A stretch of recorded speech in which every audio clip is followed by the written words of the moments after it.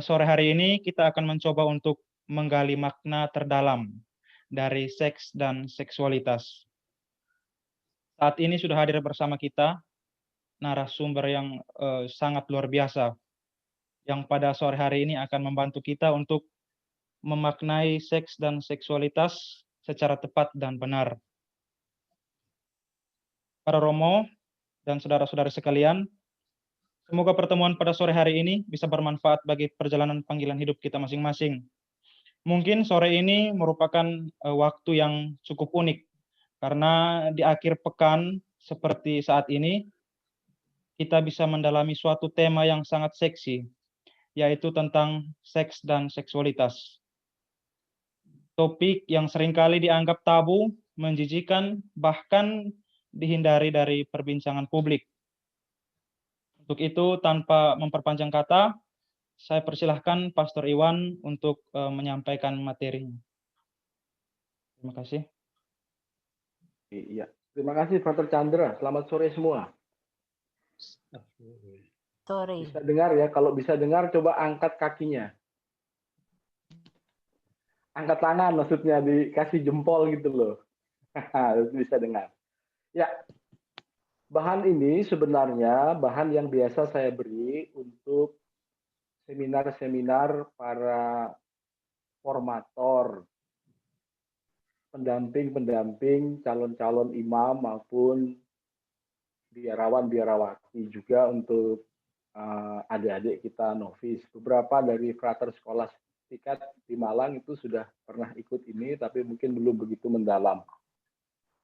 Nah, sore ini kita akan mendalami tentang seks dan seksualitas, anugerah atau musibah. Nah, ini rame ini. Barangkali juga ada yang berpikir, pastor kok ngomong soal seks? Wah, itu gimana itu? Pastor kan nggak boleh bicara soal seks. Nah, toh hari ini saya akan bicara soal barang itu, tentang seks dan seksualitas.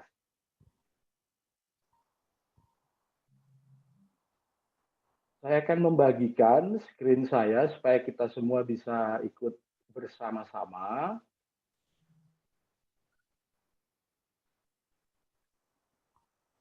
Ya, ini dia. Bisa lihat screen-nya ya? Belum muncul. Belum, Ya. Romo. Ini Ya, memang memang baru belum. background-nya warna putih. Nah, ini dia. Oke.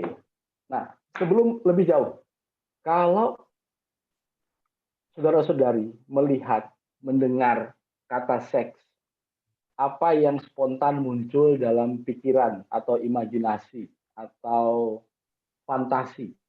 Nah, nggak usah dijawab, cukup dinikmati sendiri-sendiri. Biasanya Pastor Kopong itu paling cepat itu. Apa yang muncul kalau kita mendengar, melihat kata seks?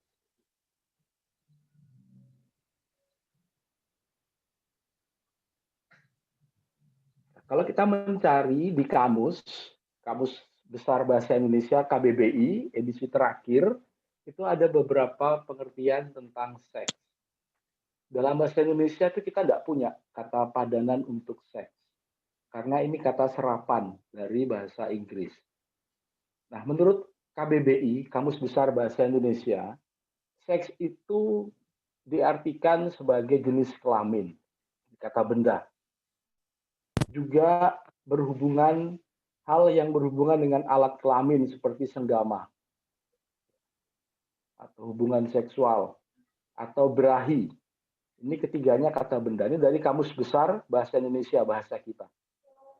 Kemudian kata turunan dari seks ini, yaitu seksual, oleh kamus itu diartikan sebagai berkenaan dengan seks.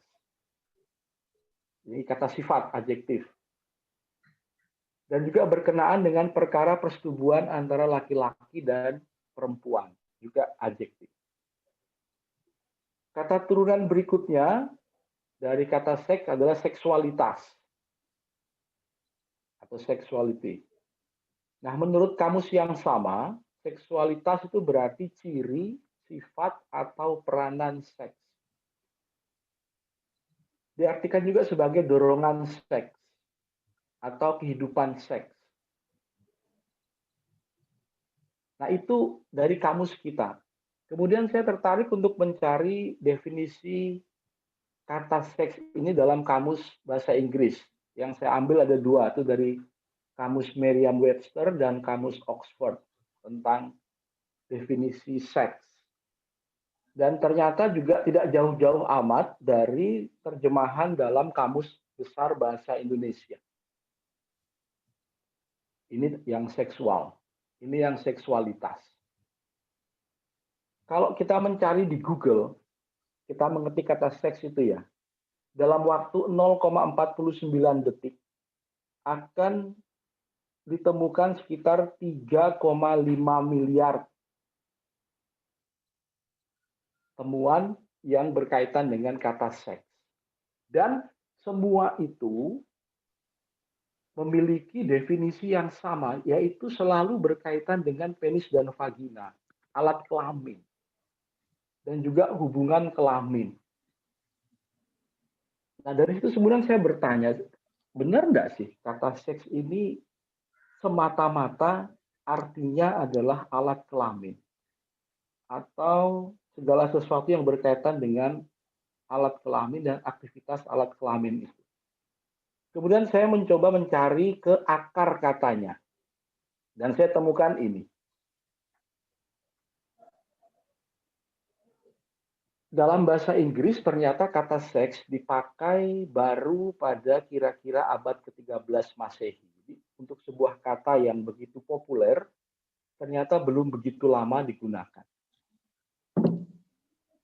Dan ketika ditelusuri lebih lanjut lagi, kata seks ini ternyata berasal dari bahasa Latin, yaitu sexus. Ini kata bendanya. Dan kata sexus ini berasal dari kata kerja dalam bahasa Latin secare. Nah, secare ini artinya adalah pembagian atau pembelahan atau partisi atau memotong jadi dua.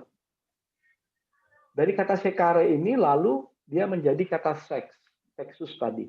Nah, dari definisi ini, secare ini yang berarti pembagian, pembelahan, partisi, memotong jadi dua, kita melihat ternyata tidak ada hubungan sama sekali dengan alat kelamin.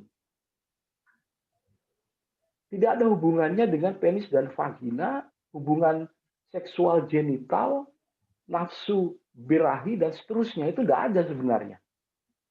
Arti aslinya adalah pembagian, pembelahan, partisi, atau memotong jadi dua. Nah, ketika kata ini didalami lagi, kita bisa melihat begini. Sebuah realitas atau sesuatu yang tadinya satu, sekarang dia dibelah menjadi dua. Sehingga yang tadinya satu, sekarang menjadi dua. Ada dua bagian. Nah, kira-kira apa yang terjadi bila sesuatu yang tadinya itu adalah satu, kemudian sekarang terbagi, terpisah, terbelah, terpotong menjadi dua. Masing-masing bagian ini dengan sendirinya akan memiliki daya tarik-menarik untuk kembali menjadi satu. Nah, ini gagasan kata secare yang menjadi asal-usul kata seks. Yang tadinya dua, yang tadinya satu, sekarang menjadi dua. Yang tadinya utuh, sekarang menjadi terpisah. Yang tadinya bersama, sekarang menjadi terpisah. Akibatnya masing-masing bagian ini lalu memiliki daya tarik-menarik kerinduan untuk kembali menjadi satu. Nah, sampai di sini kita sudah bisa merasakan bahwa nuansa atau makna kata seks itu ternyata begitu dalam. Kalau mau dimaknai dalam relasi manusia, misalnya begini, untuk kita lah yang masuk biar. Ketika kita masih tinggal di rumah, kita tinggal bersama dengan keluarga. Ketika kita meninggalkan rumah, masuk biara atau meninggalkan rumah untuk sekolah atau kuliah, kita yang tadinya satu dengan keluarga lalu terpisah. Masing-masing bagian ini, yaitu aku dan keluargaku, memiliki daya tarik-menarik untuk kembali mengalami kesatuan itu, kembali menjadi utuh. Nah, ini yang namanya rindu. Saya rindu untuk pulang. Saya rindu untuk kembali ke rumah. Atau kalau orang yang berpacaran tuh gini, ini kan malam minggu toh. Nah, ketika berjumpa, itu suasananya begitu membahagiakan. Tapi ketika waktunya berpisah, yang tadinya ini satu, lalu sekarang terpisah, maka masing-masing ada kerinduan untuk mengalami lagi kesatuan atau kebersamaan itu. Maka belum lama berpisah, sudah muncul WA-WA. Say, lagi apa? Say, udah makan belum? Padahal tadi sudah sama-sama makan mie ayam. Say, udah tidur belum? Dan seterusnya ya kayak gitu. Karena yang tadinya satu bersama sekarang terpisah. Orang tua kita pun sama ketika kita meninggalkan rumah, selalu ada kerinduan untuk mengalami kembali kesatuan itu. Nah, ini akar katanya di situ. Ternyata sangat dalam. Bahkan kalau kita mau melihatnya lebih dalam lagi, kita bisa mengambil pengertian biblis. Contoh, ketika penciptaan pertama, Allah menciptakan Adam dan Eva. Lalu ketika dosa berbisik di lubuk hati pendosa, Eva kemudian terbuai oleh bujuk rayu si ular untuk mengambil buah terlarang. Lalu buah itu diambil dan diberikan kepada si Adam, dan keduanya memakan buah itu, dan akhirnya mereka terbuka pikirannya. Lalu Allah mengusir mereka keluar dari Taman Eden. Itulah terjadi peristiwa yang namanya sekare. Seks itu terjadi. Yang tadinya Adam dan Eva tinggal bersama dengan Allah, sekarang mereka dipisah, dipotong. Dan terjadilah yang namanya keterpisahan. Nah, inilah yang disebut kerinduan. Manusia rindu untuk kembali kepada Allah. Allah pun rindu agar manusia itu kembali kepada Dia. Nah, kerinduan ini yang berlangsung selama berabad-abad, akhirnya terpenuhi dalam diri Tuhan Yesus dalam peristiwa salib dan kebangkitan. Yang tadinya terpisah, sekarang disatukan lagi lewat korban salib. Lihat, kata seks yang kita anggap tabu, saru, porno, menjijikkan, menakutkan, ternyata memiliki arti yang sangat dalam. Bahkan sangat spiritual dan sangat biblis. Nah, ini yang tidak ditangkap oleh masyarakat kita zaman sekarang. Sehingga ketika mendengar kata seks, spontan yang muncul adalah alat genital, alat kelamin, hubungan seksual, dan seterusnya. Sementara kata itu sendiri memiliki arti atau makna yang begitu dalam. Mengapa kata seks yang ternyata artinya begitu bermakna atau begitu dalam ini kok bisa menjadi sebuah kata yang seolah-olah hanya dihubungkan dengan alat kelamin? Ternyata ini penyebabnya. Seorang penulis berkebangsaan Inggris bersama D.H. Lawrence menulis sebuah novel berjudul Lady Chatterley's Lover, diterbitkan tahun 1928 di Italia. Nah, dalam novel itulah pertama kali kata seks yang tadi begitu kaya dan dalam maknanya diartikan sebagai sebuah tindakan atau aktivitas genital. Ini saya berikan contoh cover buku karya D.H. Lawrence itu, Lady Chatterley's Lover. Lihat cover-covernya ini. Semuanya menampilkan hubungan genital yang memiskinkan atau mengerdilkan makna kata seks tadi. Nah, mulai saat itulah kata seks yang tadinya itu begitu dalam, syarat makna, sekarang ini menjadi begitu sempit dan begitu dangkal. Belum lagi ketika tahun 60-an di Amerika Serikat terjadi yang namanya revolusi seks. Wah, ya udah, itu semakin parah. Kata seks lalu kehilangan maknanya yang dalam, digantikan sebatas hubungan genital. Dan mulai saat itulah, seks yang tadinya adalah anugerah, perlahan-lahan dia mulai menjadi sebuah musibah. Contohnya seperti ini. Kita bisa lihat banyak sekali bertebaran di media-media sosial. Atau seperti ini. Atau seperti ini. Tua-tua keladi, makin tua makin jadi. Atau seperti ini. Perilaku-perilaku yang betul merendahkan makna kata seks itu. Atau seperti ini.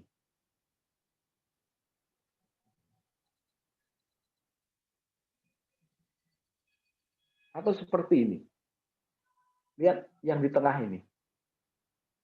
Ini foto kelas ini. Tapi apa yang dibuat oleh dua orang siswi ini dua-duanya perempuan. Lalu apa reaksi teman-temannya? Ya seperti ini. Dengan gaya kekinian seperti itu. Apa reaksi gurunya? Lihat.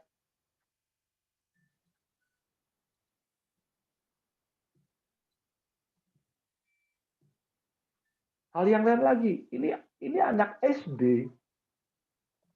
Suasananya banjir. Masih sempat-sempatnya berciuman, difoto, diupload ke media sosial. Ini bukan sambil menyelam minum air, tapi sambil menyelam cium bibir. Belum lagi gaya berpacaran. Wah, ini mantap ini. Nggak tahu ini di mana ini, di Kupang jangan-jangan.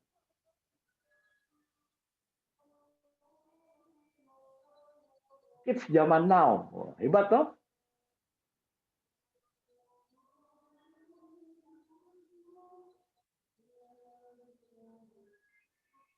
Jadi data perilaku seksual remaja SMP dan SMU yang diperoleh dari Komnas Perlindungan Anak. Lihat angka-angka persentase di situ. 93,7% pernah ciuman, petting, atau oral seks. 62,7% remaja SMP tidak perawan. 21,2% remaja SMU pernah aborsi. Dan 97% pernah nonton film porno. Ini data dari Komnas Perlindungan Anak. Kira-kira para frater skolastik masuk yang 97% ini enggak ya?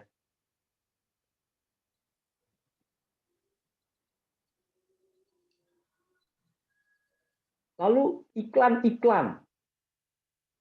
Kita tiap hari dibombardir oleh segala sesuatu yang berbau seksual.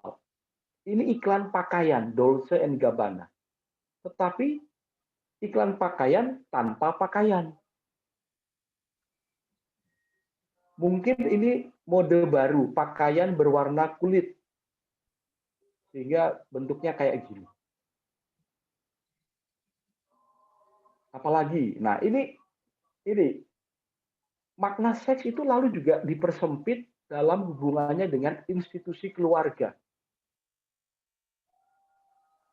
Kita lihat di sini ada yang namanya iklan rahasia keharmonisan pasutri, yaitu kristal dan bensui kapsul. Coba lihat. Apa gunanya kristal X ini? Merapatkan Miss V yang kendur. Bensui kapsul menjadikan kuat dan perkasa. Apa yang dimaksud dengan Miss V? Tentu vagina. Lalu menjadikan kuat dan perkasa apanya? Tentu penisnya. Kalau Miss V sudah kencang atau penisnya sudah kuat dan perkasa, terus ngapain? Memang saya harus bilang wow gitu. Dengan semua ini. Bahkan dalam lembaga keluarga pun, institusi keluarga, keharmonisan suami istri. hanya diukur dari hubungan seksual genital. Ini kan parah. Seolah-olah kalau hubungan seksual mereka itu sudah menggebu-gebu, lalu rumah tangganya akan harmonis. Oh, tidak segampang itu, Ferguson. Nah, lihat toh, betapa dalam masyarakat kita ini, makna seks itu sudah begitu rendah, sudah begitu sempit. Bahkan iklan-iklan pun sama juga. Mari saya ajak melihat salah satu iklan yang sempat populer di Indonesia.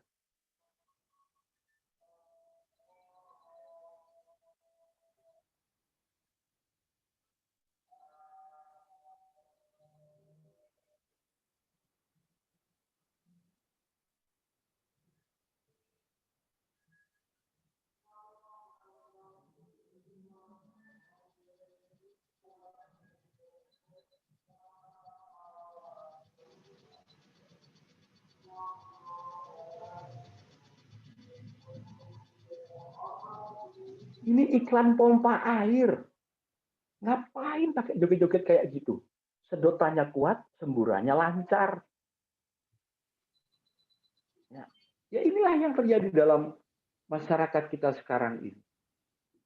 Kata seks yang tadi begitu dalam karena pengaruh media massa, lalu juga terutama revolusi seks tahun 60-an yang salah satunya dipicu oleh D.H. Lawrence tadi, akhirnya makna seks itu lalu menjadi sangat sempit. Bahkan seks itu dianggap jahat, dosa. Nah, ini yang terjadi. Oleh karena itu kita perlu mengembalikan makna seks kepada maknanya yang asli. Kita perlu mengembalikan seks ke dalam artinya yang memang dikehendaki oleh Sang Pencipta, yaitu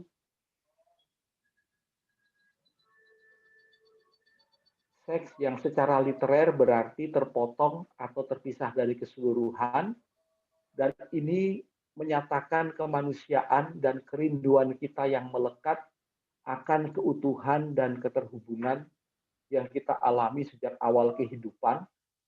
Dan karena itu membawa dalam diri kita suatu energi relasional untuk mengatasi ketidaklengkapan dan untuk terhubung. Nah, inilah arti kata seks itu sebenarnya, yaitu sebuah kerinduan untuk mengalami keutuhan, mengalami keterhubungan. Yang tadinya terpisah, kita ingin kembali menjadi utuh, menjadi terhubung, menjadi satu. Seks itu adalah sebuah energi relasional yang membuat kita didorong untuk terhubung dengan pribadi-pribadi yang lain. Dan dari situlah hadir yang namanya seksualitas kita, yaitu cara kita mengekspresikan energi seksual atau energi untuk saling terhubung tadi, energi untuk bersatu kembali, energi untuk utuh kembali. Nah, energi seksual ini atau yang disebut dengan seksualitas bisa muncul melalui berbagai macam cara. Misalnya kepedulian, perjumpaan, sensasi fisik, dinamika emosional, relasi, komitmen, panggilan, dan pelayanan kita, serta masih banyak yang lain. Energi seksual inilah yang memampukan para ibu untuk mengambil resiko melahirkan dan membesarkan anak-anak. Energi seksual inilah yang memampukan para ayah untuk bekerja membanting tulang demi keluarga. Energi seksual inilah yang membuat kita, para imam dan religius, untuk berani meninggalkan keluarga kita, mimpi-mimpi kita, cita-cita kita, untuk melayani Allah melalui sesama. Energi seksual inilah yang membuat kita peduli kepada orang-orang lain. Nah, itu disebut seksualitas. Energi seksual yang terpancar atau termanifestasi melalui berbagai macam cara. Nah, ini yang nggak dipahami oleh masyarakat kita sekarang. Dan energi ini mempengaruhi atau melingkupi seluruh dimensi kepribadian dan aspek kehidupan kita. Dan yang paling penting adalah tidak sama dan tidak bisa dibatasi pada ekspresi genital. Ekspresi genital itu hanya salah satu penyaluran energi seksual, bukan satu-satunya. Nah, masyarakat kita zaman sekarang menganggap ekspresi genital sebagai satu-satunya ekspresi seksual. Nah, itu salah. Dan lebih dari itu, seksualitas kita berkembang melalui tahapan-tahapan, mulai dari rahim ibu sampai ke liang kubur. Artinya, sejak awal kita diciptakan dari satu sel telur dan satu sel sperma menjadi zigot, lalu zigot ini pelan-pelan menjadi embrio, dan embrio ini kemudian menjadi janin, dan janin ini lalu lahir menjadi bayi, lalu membesar terus sampai akhirnya kita meninggal. Itulah energi seksual itu berkembang. Seksualitas kita itu berkembang. Energi seksual seharusnya menghubungkan kita. Kalau energi itu tidak diekspresikan secara dewasa dan sesuai, justru kita akan terputus dari diri sendiri, sesama, ciptaan-ciptaan yang lain, dan terutama terputus dari Tuhan. Contohnya apa? Pornografi. Ketika seseorang sudah kecanduan pornografi, relasinya itu putus dengan dirinya, dengan sesama, maupun dengan Tuhan. Karena dia merasa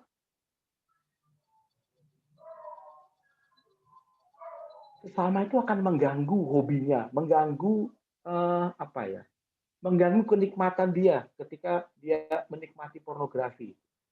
Ini kalau energi seksual diekspresikan tidak secara dewasa. Tetapi kalau energi itu diekspresikan secara dewasa, ia akan menjadi sebuah sumber kehidupan bagi kita dan sesama. Energi inilah yang memampukan, misalnya Pastor Herman, meninggalkan tanah air Jerman untuk mulai misi di bumi Kalimantan tahun 60-an. Ketika situasinya masih sangat sulit. Inilah energi yang memampukan bapak-bapak, ibu-ibu yang hadir di sini untuk tetap setia satu sama lain. Membangun keluarga bersama-sama. Ini energi yang memampukan para guru untuk terus mengasuh para murid. Itu energi seksual yang diekspresikan secara dewasa. Dan dengan demikian, kalau mau dirangkum secara singkat, seksualitas itu berkembang, mekar dalam diri siapapun yang pada saat energi itu dimanifestasikan melalui pelayanan, afeksi, cinta, persahabatan, kreativitas, sukacita, atau bela rasa, pribadi itu begitu tenggelam dalam sesuatu yang melampaui dirinya, sehingga pada saat itu keterpisahannya dari orang lain menghilang. Ingat, tadi kata sekare itu berarti terpisah, terpotong, terbelah menjadi dua. Sehingga masing-masing memiliki kerinduan untuk saling terhubung. Nah, energi untuk saling terhubung inilah disebut energi seksual atau seksualitas. Nah, ketika seseorang energi seksualnya atau seksualitasnya begitu berkembang, mekar, dia akan mampu melampaui dirinya. Dia akan mampu keluar dari dirinya, sehingga keterpisahan dari orang lain itu menghilang. Dia merasa menjadi bagian dari seluruh alam semesta. Dia akan mampu memberikan dirinya tanpa pamrih, dengan tulus. Ini yang kita lihat, ekspresi energi seksual dalam diri para orang tua. Dalam diri para pastor, bruder, suster, frater, yang memberikan dirinya untuk pelayanan-pelayanan. Dalam diri para perawat, dokter, tenaga medis, yang bulan-bulan ini memberikan diri merawat para pasien yang positif COVID-19. Mereka keluar dari dirinya. Begitu tenggelam dalam sesuatu yang melampaui dirinya. Nah, inilah yang disebut seksualitas itu di sini. Energi seksual itu di sini. Lihat toh, tidak ada hubungannya sama sekali dengan alat genital atau alat kelamin. Dan kalau kita melihat lebih jauh lagi, siapa pribadi yang paling tenggelam dalam sesuatu yang melampaui dirinya, sehingga baginya tidak ada lagi keterpisahan antara dia dengan orang lain. Dan kita bisa menunjuk pribadi itu adalah Tuhan Yesus. Dalam peristiwa disalib. Jadi kalau mau cari siapa makhluk Tuhan yang paling seksi, bukan Mulan Jamila, bukan Ayu Ting Ting, tetapi makhluk yang paling seksi itu adalah Tuhan Yesus. Karena dialah yang paling bisa keluar dari dirinya, melampaui dirinya, sehingga keterpisahannya dari orang lain itu menghilang. Ingat surat Paulus pada umat di Filipi, Yesus mengosongkan diri sepenuh-penuhnya, bahkan sampai taat sampai mati disalib. Nah, inilah saat ketika energi seksual itu begitu mekar sempurna. Oleh karena itu, kalau mau mencari siapa orang yang paling seksi, ya, jawabannya cuma satu. Tuhan Yesus yang paling seksi. Tidak lain dan tidak bukan. Lihat toh, betapa kaya makna kata seks dan seksualitas. Dari situ kita juga bisa melihat bahwa ternyata seks dan seksualitas itu menjadi jalan untuk mencinta. Ingat, tadi energi seksual itu adalah juga energi relasional yang membuat saya mampu berelasi dengan orang lain. Dan dari situ, energi seksual inilah menjadi kendaraan atau jalan bagi saya untuk mencintai diri sendiri, sesama saya, ciptaan-ciptaan yang lain, dan mencintai Sang Pencipta. Tanpa seks dan seksualitas, kita tidak mungkin bisa mencintai. Karena tidak ada energinya. Nah, sayangnya kita dibesarkan, dibentuk oleh paham masyarakat yang menganggap seks itu saru, porno, tabu, soal kemaluan, tidak sopan, bukan untuk anak kecil, dan seterusnya. Sementara kita sudah melihat betapa kaya dan dalamnya makna seks itu. Oleh karena itu, sore ini saya mau mengajak kita semua untuk mengubah paradigma kita tentang seks dan seksualitas. Dari sesuatu yang saru, yang porno, yang tabu, yang tidak sopan, yang dosa, yang menjijikkan, menjadi sesuatu yang spiritual, sesuatu yang sosial, yang relasional. Oleh karena itu kita juga harus melihat bagaimana paham gereja kita turut mempengaruhi cara pandang kita terhadap seks dan seksualitas. Nah, kita masih ingat para frater terutama dalam pelajaran filsafat. Dunia perjanjian baru diwarnai oleh bahaya dualisme yang memisahkan antara tubuh dan jiwa. Tubuh dianggap dosa, kotor, jahat. Sementara jiwa itu dianggap suci, kudus. Sehingga kalau orang mau menjadi kudus, mau menjadi suci, dia harus memisahkan antara tubuh dan jiwanya. Bahkan Plato mengatakan soma, sema. Soma itu tubuh, sema itu jiwa. Tubuh adalah penjara jiwa. Dan ini mempengaruhi cara pandang perjanjian baru yang kita punya. Santo Yohanes misalnya dalam kitab Injilnya mengatakan, dunia ini jahat, dunia ini dosa. Karena itu pandangan pada waktu itu. Bahkan kalau kita membaca surat Paulus yang pertama kepada Timotius, Di situ kita melihat ternyata penulis surat Timotius itu sudah berurusan dengan aliran-aliran yang dualistis tadi, yang memisahkan antara tubuh dan jiwa, melarang orang kawin, melarang orang makan dengan mengatakan, oh ini halal, oh ini haram, ini boleh, ini tidak boleh. Padahal semua diciptakan Allah untuk dimakan. Ya. Kita masih ingat ketika Petrus berdoa memohon makanan. Lalu dari surga turunlah sebuah tenda yang isinya itu berbagai macam binatang yang haram menurut ajaran Yahudi. Lalu Petrus mengatakan, Tuhan, kenapa kau memberikan segala macam binatang yang haram ini? Lalu Tuhan bersabda, kamu itu siapa? Yang menciptakan ini semua itu siapa? Kok bisa-bisanya kamu manusia mengatakan ini haram, itu halal, ini boleh, itu tidak boleh. Dasarnya apa? Kita lihat Kejadian bab 1 ayat 27. Di situ dikatakan Allah menciptakan manusia itu menurut gambar dan rupanya. Lalu disusul ayat 31, maka Allah melihat segala yang diciptakannya itu sungguh amat baik. Jadi semua yang diciptakan Allah itu sungguh amat baik, termasuk seks dan seksualitas. Termasuk penis, termasuk vagina, nafsu seksual genital, semuanya itu baik. Karena diciptakan oleh Allah.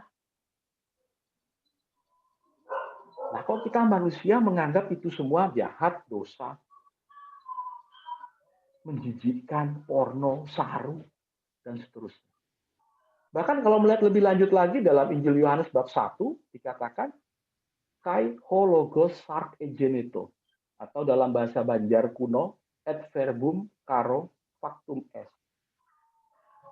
Sabda telah menjadi daging, yang secara keliru diterjemahkan dalam doa Angelus bahasa Indonesia, sabda telah menjadi manusia. Makna teologis doa Angelus itu adalah rahasia inkarnasi. Allah yang maha sempurna mau masuk dalam ketidaksempurnaan ciptaannya. Ketidaksempurnaan ciptaannya itu apa? Daging. Paulus mengatakan kedagingan itu melahirkan hawa nafsu, percabulan, kemabukan, pesta pora, fitnah, dan seterusnya. Daging itu dianggap sumber dosa. Justru Allah Sang Maha Sempurna itu mau masuk dalam daging. Maka doa kita itu bukan sabda telah menjadi manusia, tetapi sabda telah menjadi daging. Versi asli dalam bahasa Yunani jelas. Kai, ho, logos, sark, ini daging. Dalam bahasa Latin, karo itu daging. Dalam bahasa Inggris juga jelas. And the word was made flesh. Flesh itu daging. Tidak dikatakan et verbum homo factum est. Sabda telah menjadi manusia. Tidak ada. Justru dalam bahasa Indonesia, misteri inkarnasi itu dikurangi maknanya dengan diterjemahkan sabda telah menjadi manusia. Lalu, kalau seks itu kotor, dosa, tidak mungkin Tuhan Yesus itu mau hadir dalam pesta perkawinan di Kana. Inilah yang disebut lambang hieros gamos, perkawinan suci antara Allah dan manusia. Karena seks itu bukan dosa, tetapi rahmat Allah, maka Yesus hadir dalam perkawinan itu. Bahkan Yesus membuat mujizatnya yang pertama dalam perkawinan di Kana, bukan di bait Allah, tapi dalam sebuah pesta perkawinan. Itu artinya memang perkawinan itu, seks itu dikehendaki oleh Sang Pencipta. Bahkan oleh para bapak gereja dikatakan caro salutis cardo. Daging adalah engsel keselamatan. Pintu atau jendela kalau tidak ada engsel tidak mungkin bisa dibuka atau ditutup. Demikian pula keselamatan. Kalau tidak ada engsel, tempat cantolannya itu, tidak mungkin akan ada keselamatan. Nah, engselnya atau cantolannya itu apa? Daging. Maka Yesus masuk dalam rahim perawan Maria dan lahir sebagai manusia, bukan malaikat. Untuk menyelamatkan manusia, ya sang penyelamat hadir dalam daging, karo, sark, flesh, daging.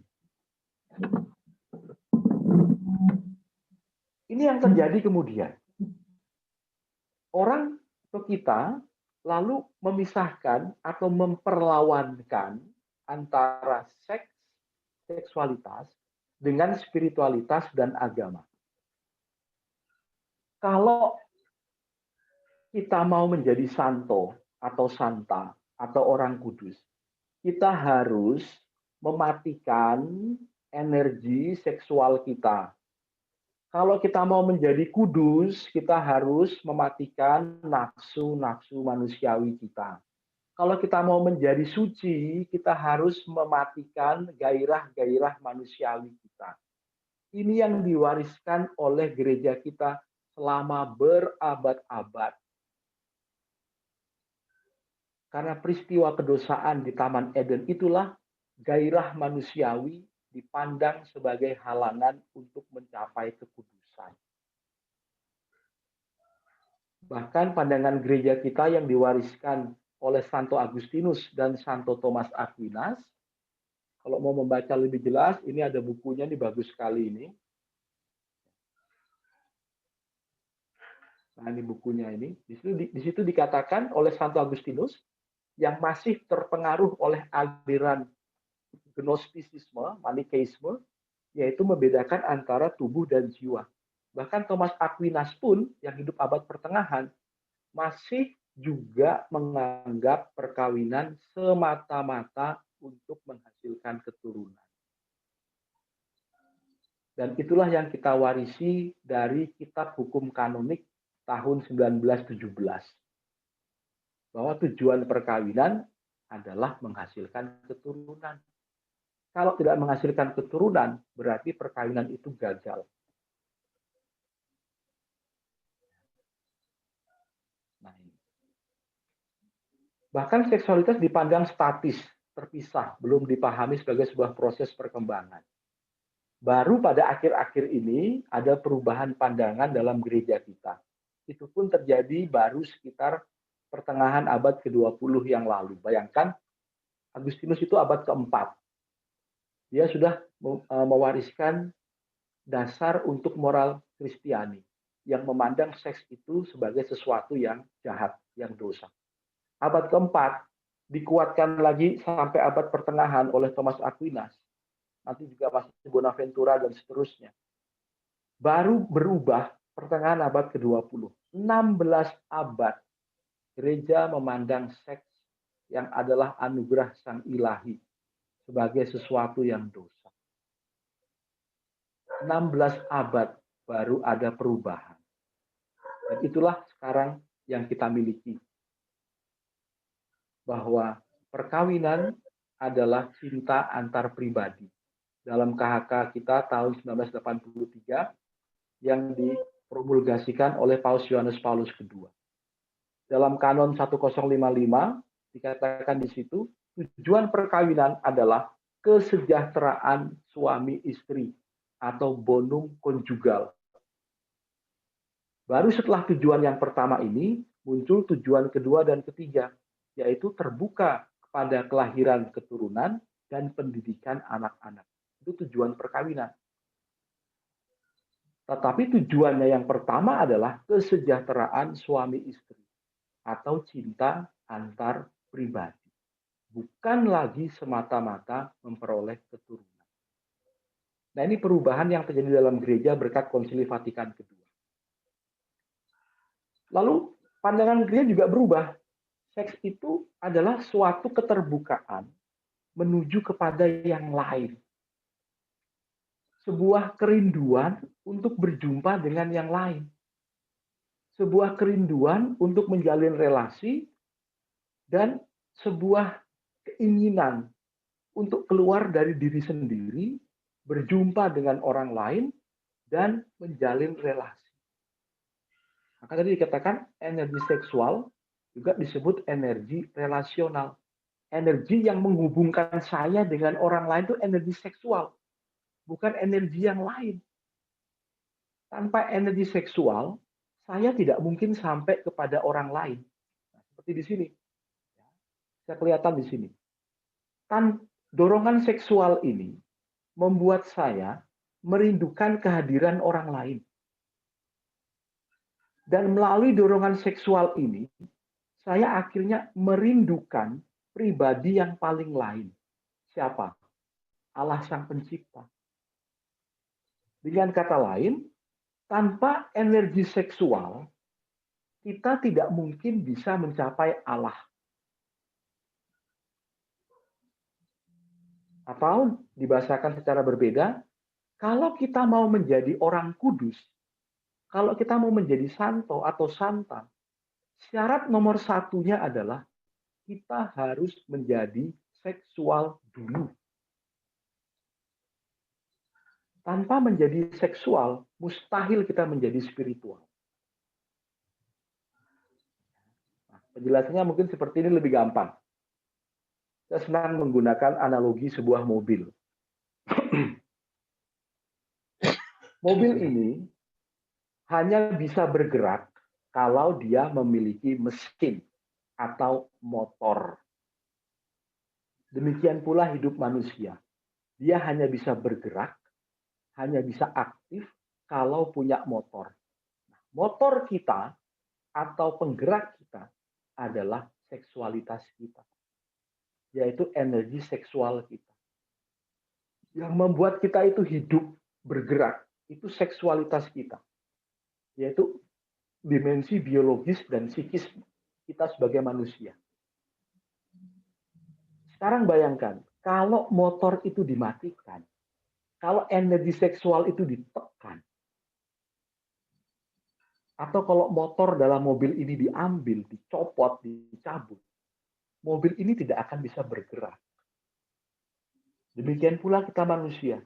Kalau energi seksual itu ditekan, direpresi, bahkan dimatikan, mungkin disangkal, itu tidak akan bisa hidup kita. Ya bisa, tetapi lalu kita seperti zombie, seperti mayat hidup. Tidak ada gairah apapun, ya hanya sekedar hidup. Tetapi motor saja atau seksualitas saja itu tidak cukup karena berbahaya. Kalau mobil ini hanya punya motor, mobil ini hanya bisa maju atau mundur. Dia tidak bisa mengendalikan kecepatannya. Nah, ini bahaya juga. Dia bisa menabrak orang, bisa membunuh orang, bisa menghancurkan orang lain, dan menghancurkan diri sendiri. Sama seperti kita. Kalau kita hanya mengikuti energi seksual kita, atau gairah seksual kita, wah itu hancur itu. Tidak ada bedanya dengan siapa? Teman-teman kita berkaki 4 itu. Kalau sudah musim kawin, ya semua dihajar, tidak peduli itu induknya kah, anaknya kah, sepupunya kah, saudaranya kah, dihajar. Nah, kita manusia tidak seperti itu.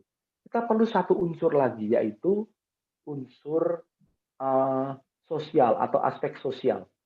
Inilah yang disebut dengan rem.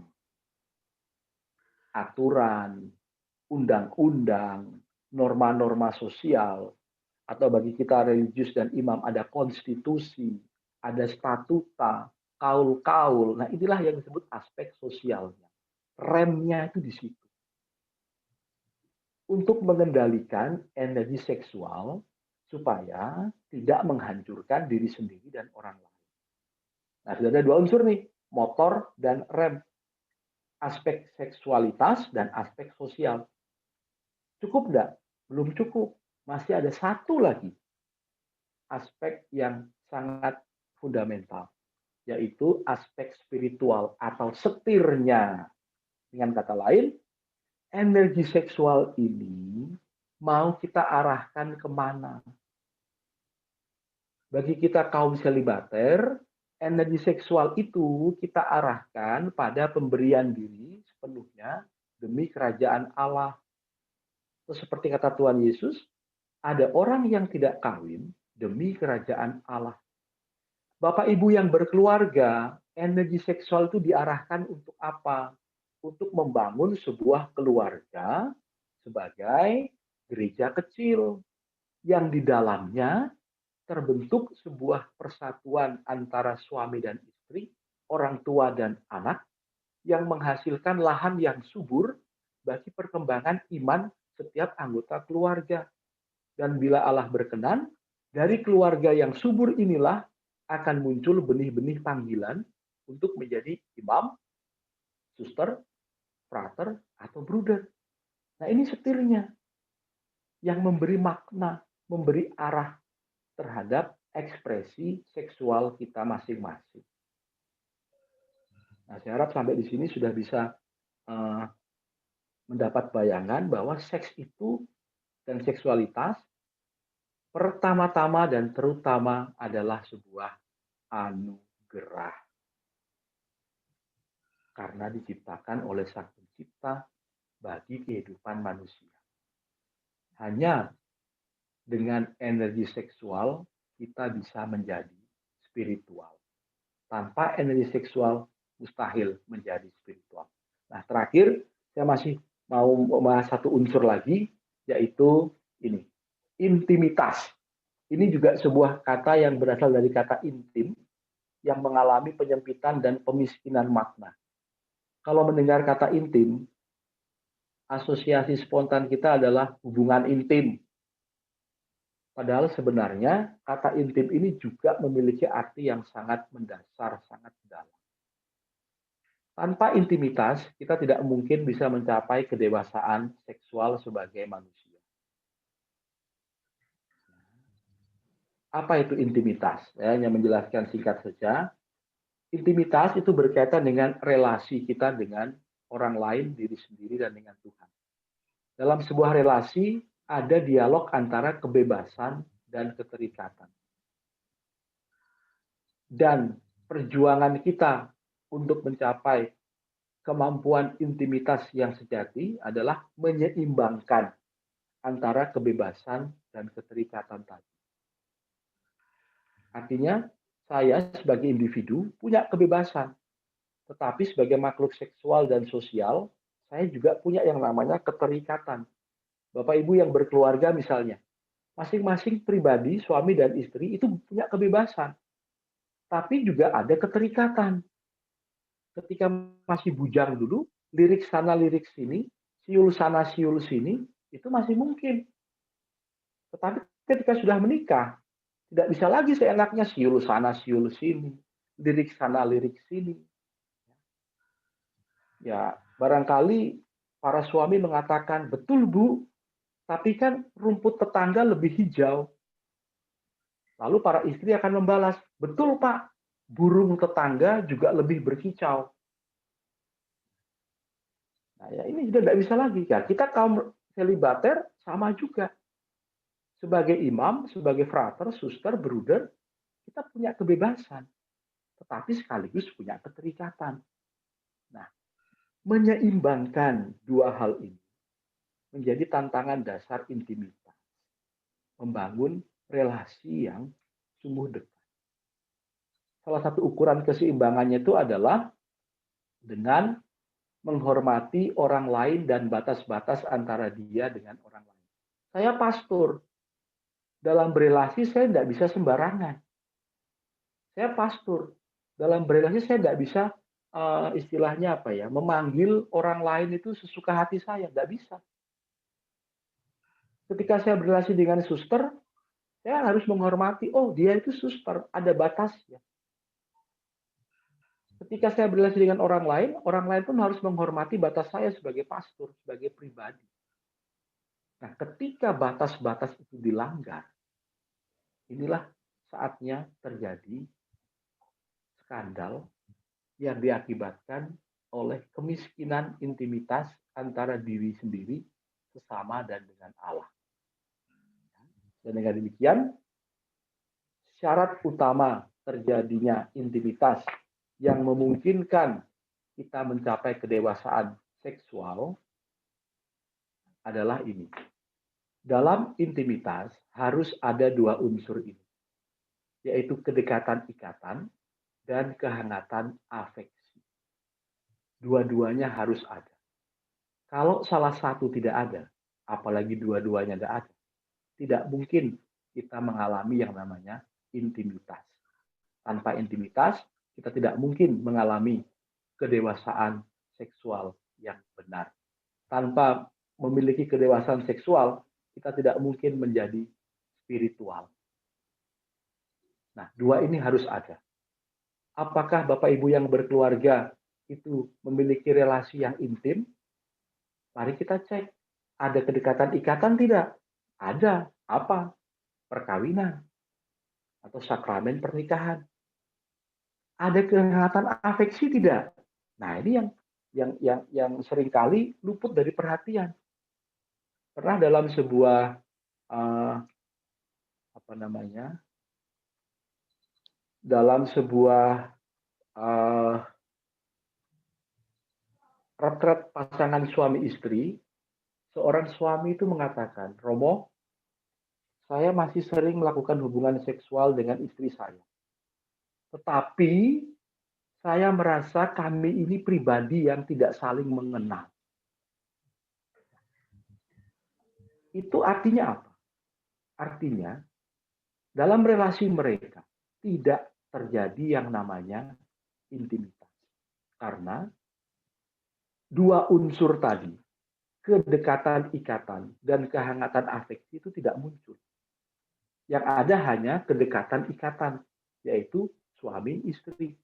Tapi kehangatan afeksi sebagai suami dan istri itu tidak ada. Akibatnya hubungan seksual suami istri yang seharusnya menjadi kesempatan untuk saling memberi dan menerima itu hilang. Nah, kita sebagai religius, apakah dalam komunitas kita ada intimitas? Bisa iya, bisa tidak. Kita cek dengan dua standar tadi. Ada kedekatan ikatan, ada apa? Satu tarekat, satu spiritualitas, satu karisma, satu komunitas. Tetapi apakah ada kehangatan afeksi? Nah, ini menjadi pertanyaan berikutnya. Nah, dengan demikian, sesuai dengan tema kita, seks dan seksualitas, musibah atau anugerah, dia pertama-tama, seks itu adalah anugerah. Setelah kita melihat tadi arti aslinya, makna aslinya sesuai dengan yang dimaksudkan pencipta, dan karena sikap manusia, anugerah ini lalu menjadi musibah. Energi relasional itu tidak diekspresikan dengan benar, malah diekspresikan untuk mengeksploitasi orang lain. Akibatnya, kerap kali terjadi pelecehan seksual, kerap kali terjadi kekerasan seksual, pornografi, penyalahgunaan wewenang, dan seterusnya. Itu akibat energi seksual yang tidak diekspresikan secara dewasa. Nah, demikian tema kita terjawab sudah. Seks dan seksualitas, anugerah atau musibah. Sekian, terima kasih.